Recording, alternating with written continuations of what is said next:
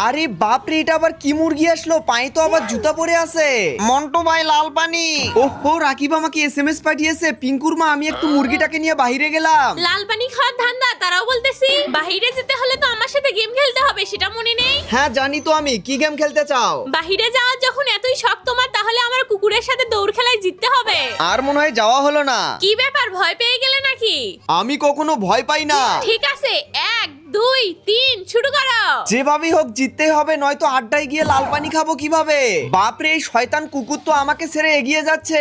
আরে মন্টু ভাই, এইদিকে আসো, আর দৌড়াতে হবে না। এখন ডিলারের কাছে ফোন দিয়ে নেই, ডাইরেক্ট লাল পানি খেতে বসবো। বাড়ি থেকে যেহেতু বের হয়েছি, ভরপুর মাল খাবো। ওইদিকে ওটা কি হচ্ছে? কে যেন পিয়ানো বাজাচ্ছে মনে হয়। এটা দেখে তো আমার বইয়ের কথা মনে হলো। ও কলেজে থাকতে অনেক সুন্দর পিয়ানো বাজাতো। শয়তান ছেলে যে কখন আসবে? আরে ওটা আবার কি পিয়ানো মনে হচ্ছে, কই থেকে আসলো? ওটাকে আমি নিয়ে এসেছি, চলো তুমি একটু বাজিয়ে দেখো। দূর, এতদিন পর কি বাজাতে পারবো?